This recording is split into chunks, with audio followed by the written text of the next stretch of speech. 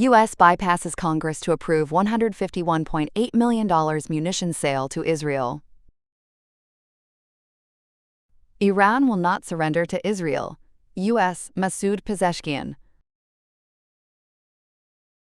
Kurds to be crushed if they take action against Iran, warns IRGC. Iran apologizes to Gulf neighbors.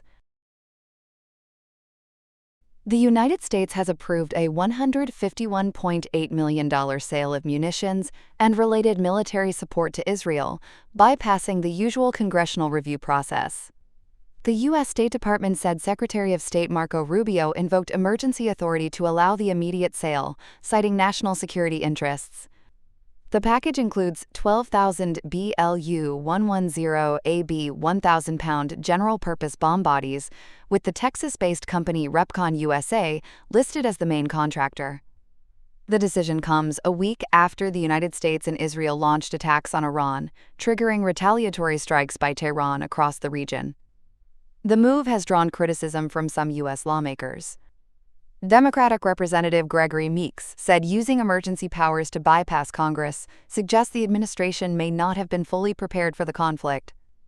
Meanwhile, Iran's ambassador to Washington says more than 1,300 Iranian civilians have been killed and thousands wounded in recent attacks, though the figures have not been independently verified. The conflict has also resulted in casualties on other sides, with 6 U.S. service members killed in Kuwait and at least 10 civilians killed in Israel since the escalation began. Iranian President Masoud Pezeshkian says Iran will never surrender to Israel or the United States as the Middle East conflict enters its second week.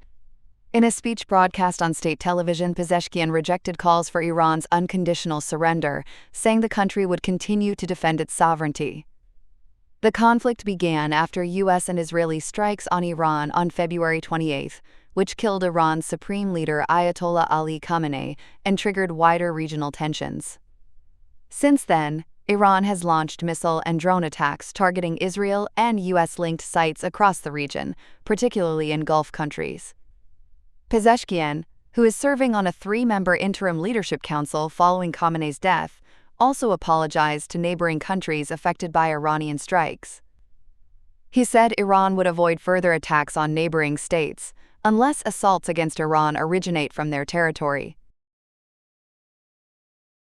Iran's Islamic Revolutionary Guard Corps, IRGC, has warned Kurdish groups against any actions that could threaten Iran's territorial integrity. According to reports, the IRGC said it carried out strikes on 3 Kurdish positions in the Kurdish Autonomous Region of northern Iraq on Saturday.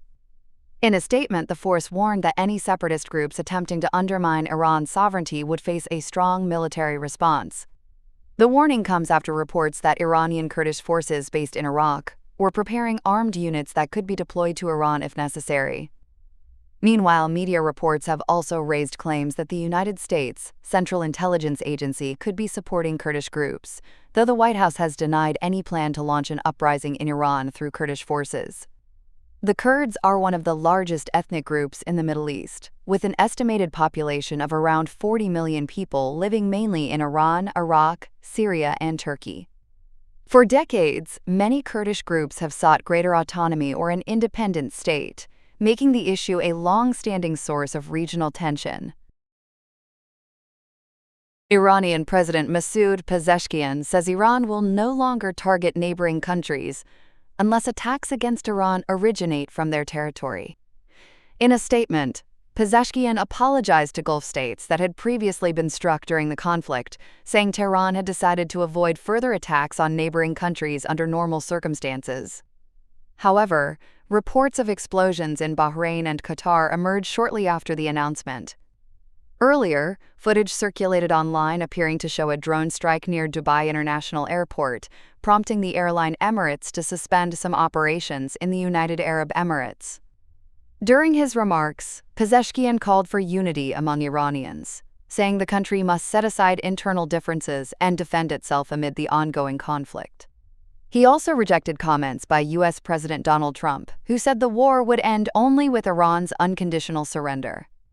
Pezeshkian said Iran would never surrender and would continue resisting until the crisis is resolved.